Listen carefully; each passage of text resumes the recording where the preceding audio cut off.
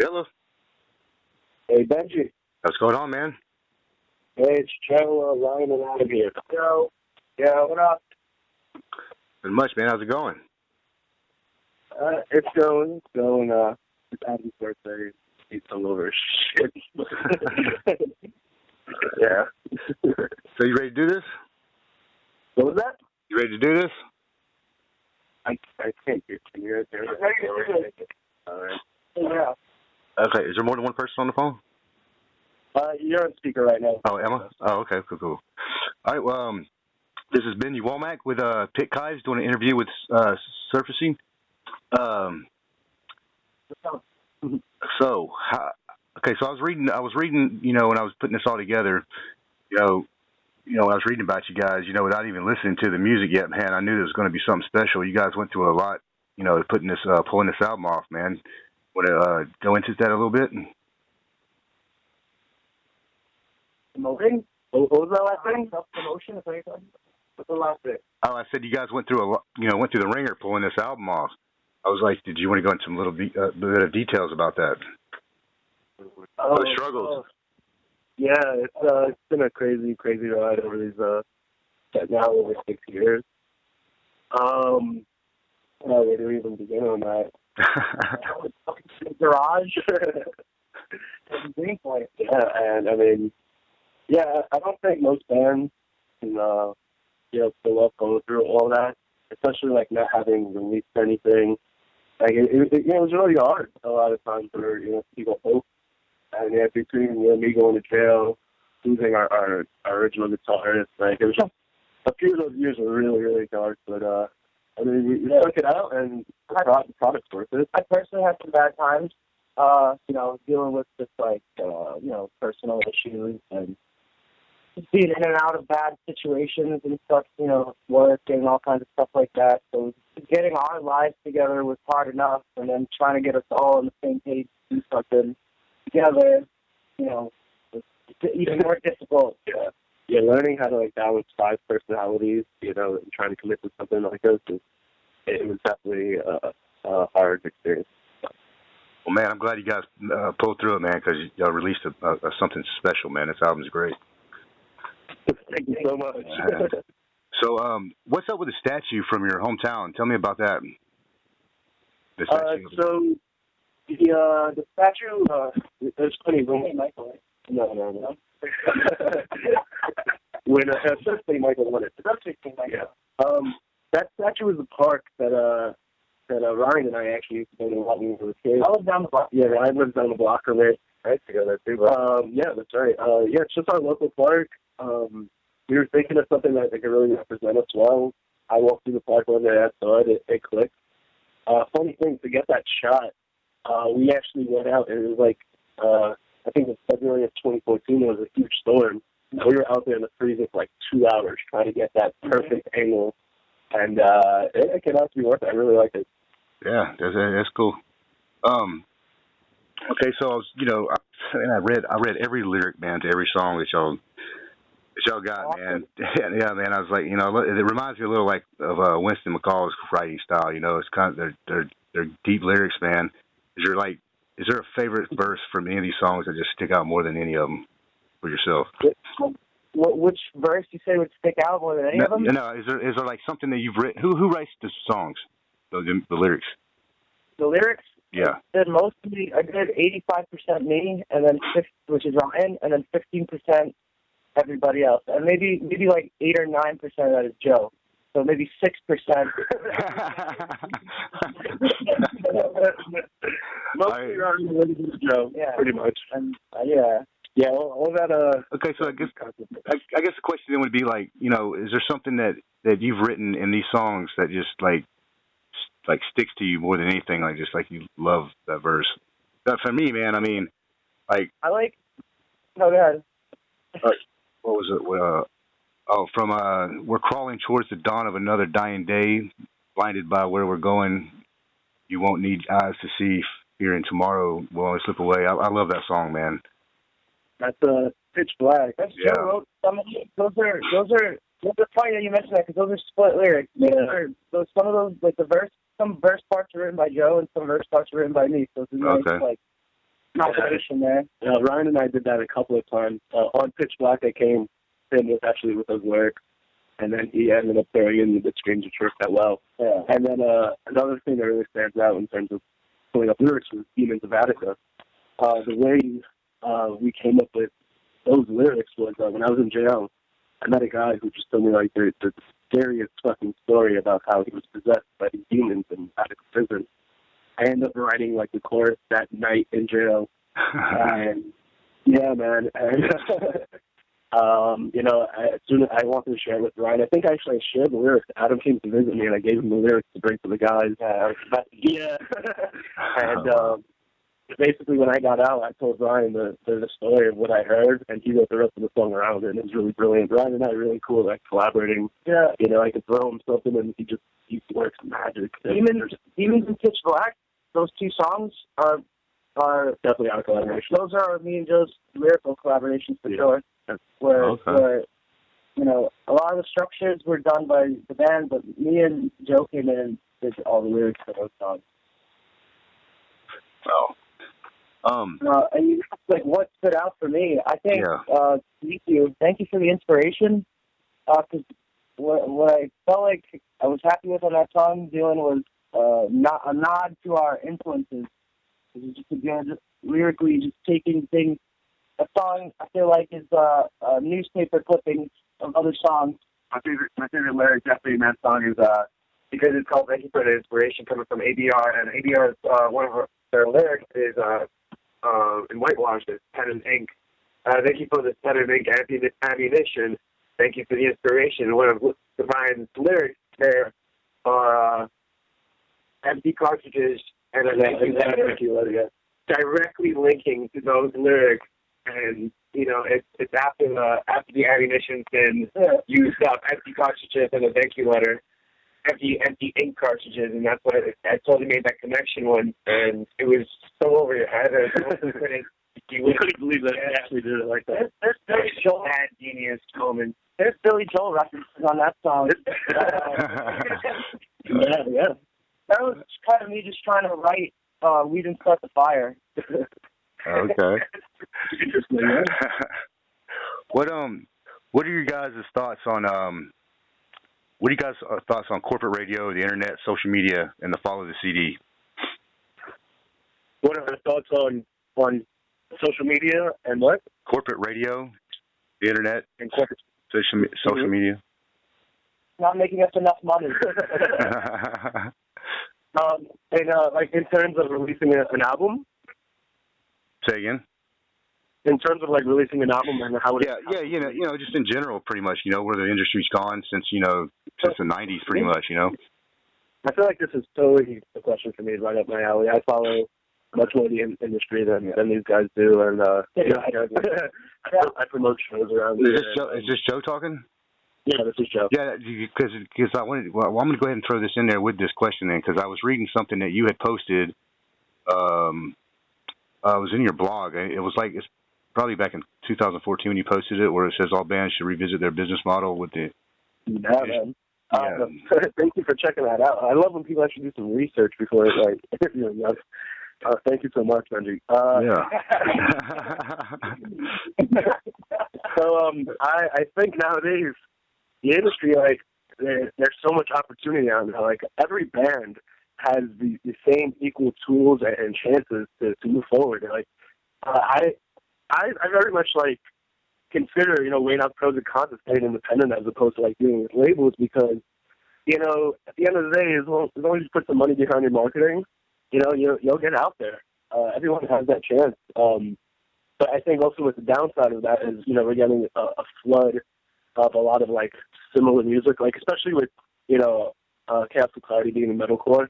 Mm-hmm. Like there's just a lot of metalcore out there that's very, very similar to each other. And like, I think that would be a downside to it, but, hey, every band, should follow their dreams, but, do their thing. So, more power to them.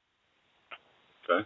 Well, okay. So, what are your thoughts on buy on tours and pay to play shows? I personally don't like the play for shows. I don't book any of my shows like that. I always do, paid gigs regardless, and then, expenses based on ticket sales. Mm-hmm. It's unfair. I think in the coming years we should be able to, balance that out. But, I think it's unfair. I think some bands get, enticed by maybe. I remember we were offered to play Knotfest. And, we would tour the country, and we were offered to play Knotfest for X amount of dollars. And they're just, paying other people to play that show? No, they want us to pay to play that show. Yeah. Paying other people.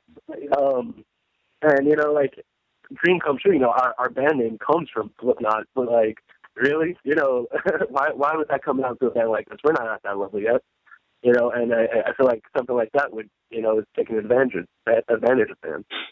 Yeah, it's going on a lot, man. I mean, even bands that are, signed with the labels, that's got, I got, bands, a couple guys that work for me that are in big bands, and they're still having to buy on to tours, you know what I'm saying? They're buying on to bands that are not even as big as them. Doesn't even make sense. Yeah, music's cheap. I think, I'm always curious as to why bands don't try to independently book tours. As I said earlier, all the tools are out there. It's not hard to develop, a presence somewhere if you just really try at it. I think maybe this is the corporate model that we're used to for the past half century or so, and that's why it's still dragging on. So as you see now, some bands when they get so big, they can totally do things independent, like Blink-182, just yeah, sure. I feel like hip hop has a better business model for getting its music substantial. Them guys don't even have to really promote. All you do is write music, man. People show up to their shows. That's crazy. Yeah. I think following like a rapper's type of mentality when you come into that industry as a band is much better. Well, you'd have to start selling a lot of drugs, man, so you can fund your albums. Things to write about. Oh man.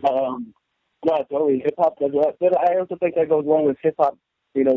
Becoming a lot more mainstream. It's part of pop culture now. It's one of the most popular genres, as opposed to rock and metalcore is not really not doing too hot these days. Yeah. I don't know, man. I mean, I just really started listening, got into metalcore, man, not too long ago, man, and I just didn't even know it was really there. There's too many genre names on music. I didn't even know that's what it was called.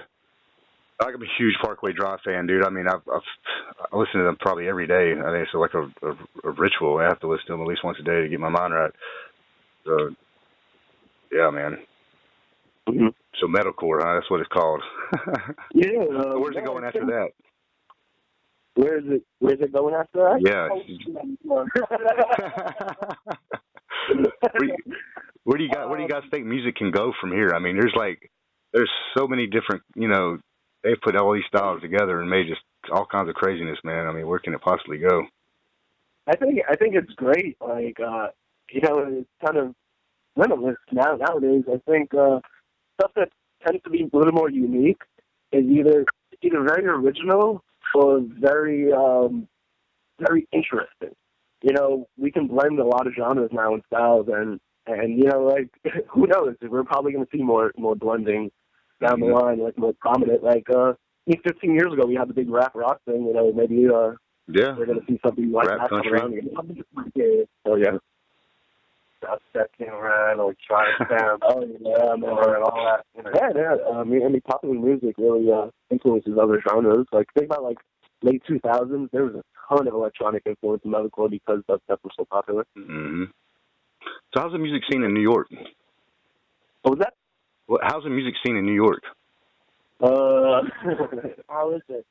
Music scene in New York, I don't think it's too great. It doesn't really exist. Oh man, not a local scene. Not a local scene? Yeah, it's not great. I think what that really comes down to is, New York's an A market. So anytime a big, really popular band is going to come around, they're always going to do great. But, for the smaller bands around there, people are spending their money on the big shows. As opposed to, if we go, an hour away into Jersey, their shows are great from what I'm hearing. We haven't gotten over there yet, but, Jersey's gotten well because, these big bands aren't pulling through and people have a need for music. They want to go to shows, But when we're trying to compete with Madison Square Garden and yeah, and all those shows, there's not a lot of all ages venues there. I mean, you can definitely get your pick. There's definitely venues. There's just not much of a following, I would say. It's weird because like when you go to a big metal show, like everyone's there. But like, these people, trying to help with the up and comers. Okay, yeah. I mean, I just started doing shows again. I used to book a lot of venues in California. I'm in Georgia now, but I'm in Augusta, and I just went to did a show with a bunch of bands that were like, these kids were like 18, 19 in most of these bands, and all these kids come out, man. It was awesome, man. It was like 160 kids there at the show, and it was like the place only holds like 150, and they're all doing their helicopter pit thing, man, and it was kind of scary looking, man. You guys, circle pits or mosh pits? I mean, helicopter pits or circle pits? What was the last thing? Circle pits or mosh pits? What? Helicopter pits or circle pits? What is a helicopter pit? You ever seen a helicopter pit? That's where they sling their arms around, like. Oh, like the flailing kids with their arms. I see. Yeah, it's like it's like. Metal or metalcore? Yeah, they're crazy, man. They're unorthodox, man. There's no respect in them, man. There's dancers. There's good dancers that come by and do their thing, and they just move really well. Move really well. Learning acts upon the air. Oh man, what are your thoughts? What are you guys' thoughts on legalization of marijuana? Please legalize it. Legal. I'm voting for Bernie Sanders. Yeah. You guys are pretty strict up there in New York on that, ain't they? What was that? Aren't they pretty strict on marijuana laws up there in New York? No, actually, we're decriminalized here. Okay. And it's not too bad for us here. But we just got actually medicinal. They just opened up a few dispensaries, but like they're being strict about that. About what treatment they're going to give you. Mm-hmm. But we'll see. I guess within the next 20 years now. Well, don't y'all got that crazy law up there, man, where like cops can just like search you when you're walking down the street? They call it something. Nothing frisk. Yeah, they've cut that down actually now lately. I think that's out. Okay. But it was a big thing for a while. Nobody's stopping frisky. Okay, what's Stacey's dream tour? Dream tour. Yeah. Whole world, right? The whole world, man. Who would be supporting you guys, man, on tour? Man. Oh, man. We're saying Avenged Adam says Avenged Sevenfold. Avenged Sevenfold. Dream tour, like a real dream. Like I don't know. I feel like people when they say a dream tour, I mean people that are alive, something that could actually happen. You know what I'm saying? That are better than me. Well, then we're not gonna have great support. I think people, when they think dream tour, like they just say, "Hey, my favorite bands and stuff." But like to do an actual dream, like a world tour, something really huge, and I'd put everyone on there. I'd make, do something really big and different. Cool. Oh, yeah. I mean, Trivium. Like, I think in Park, I think a dream tour for me would be doing, like, a festival world tour. What, like kind of like the Ozfest used to do? Like, I mean, like, we have Warped Tour, but, like bigger. Really big. Like how, the European festivals are. Mm-hmm. Oh, yeah. That into a world tour. Well, we're starting to get festivals in the States. What was that thing? We're starting to get festivals out here in the States, man. I mean, like more than I've ever seen. Like especially in the last couple of years. I mean, like the Carolina Rebellion. I mean, I've been going to that the last couple of years, and then there's the Aftershock in California. But US is totally picking up. There's a lot of them now. Yeah, that's actually more than we've ever seen. Which I'm really excited for. Which one? I said I'm really excited for them. Oh yes, definitely. Okay, just a couple more, man. What do you think? What do you think you would be doing, man, without music in your life? Oh boy.